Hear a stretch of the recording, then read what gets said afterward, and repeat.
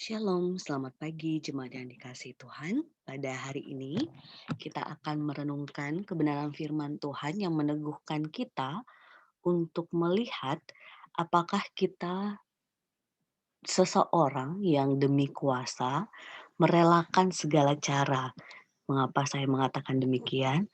Karena ada banyak pengalaman kita di kehidupan keseharian kita, ada orang-orang yang memberi uang demi kuasa, entah itu jabatan, entah itu untuk memperoleh kekuatan spiritual ataupun roh. Sesederhana kisah yang baru-baru ini viral ya, Bapak Ibu terkasih, terdekat dengan kita di Depok, di mana ada seseorang yang supaya terlihat memiliki kekuatan spiritual lebih hebat secara agamawi, sehingga ia rela membeli babi untuk terlihat ia bisa menangkap babi ngepet dan sebagainya yang ternyata dia merekayasa sendiri untuk dia dianggap orang orang lain sebagai orang yang punya spiritualitas yang luar biasa begitu ya. Nah, apakah kita juga terkadang demikian?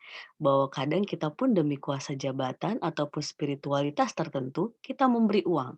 Karena hari ini firman Tuhan kita pun mengajarkan kita tentang seseorang yang dia di dalam kehidupannya yang kita tahu di Kisah Para Rasul 8 ayat 4 sampai 25, seorang yang bernama Simon yang dia awalnya memang jago dalam hal sihir di kota Samaria, tetapi ketika Simon melihat bahwa pemberian Roh Kudus terjadi oleh karena rasul-rasul yang menumpangkan tangannya, ia menawarkan uang kepada mereka serta berkata, "Berikanlah juga kepadaku kuasa itu, supaya jika aku menumpangkan tanganku di atas seseorang, ia boleh menerima Roh Kudus."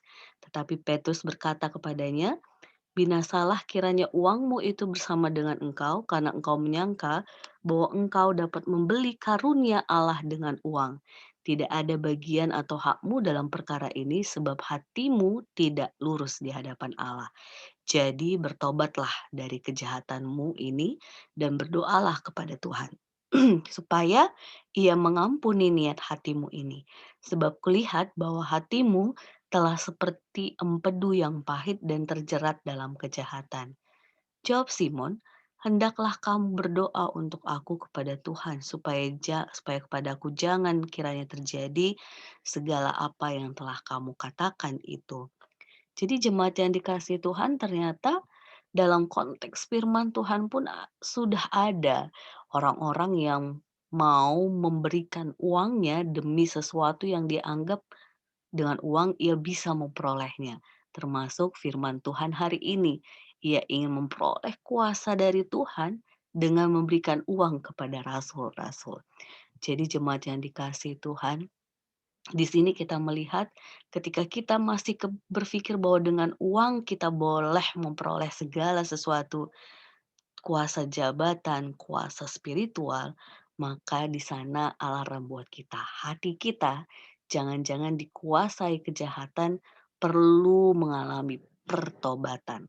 Karena dengan kita mengalami pertobatan, maka setiap hal yang kita lakukan dalam rangka pemberitaan Injil itu mesti kuncinya hati yang tulus dalam rangka mengasihi Tuhan, taat kepada Tuhan, dan mengasihi sesama.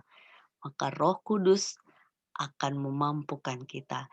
Jemaat yang dikasihi Tuhan, lagi dan lagi firman Tuhan kali ini meneguhkan kita untuk terus melakukan segala sesuatu dengan ketulusan, dengan tuntunan Tuhan, karena kita tidak bisa merancang ini dan itu ketika hati kita tidak tulus di dalam Tuhan dan terselip kejahatan-kejahatan yang itu dalam rangka kita mau menguasai sesuatu atau memperhebat diri kita. Semoga Tuhan memampukan kita untuk terus menjadi seseorang yang menghayati kebenaran firman Tuhan, melakukan firman Tuhan dengan ketulusan, maka Roh Kudus akan memampukan kita melakukan banyak hal ketika kita sungguh-sungguh melakukannya mengasihi Tuhan dan sesama kita. Amin. Tuhan memberkati kita.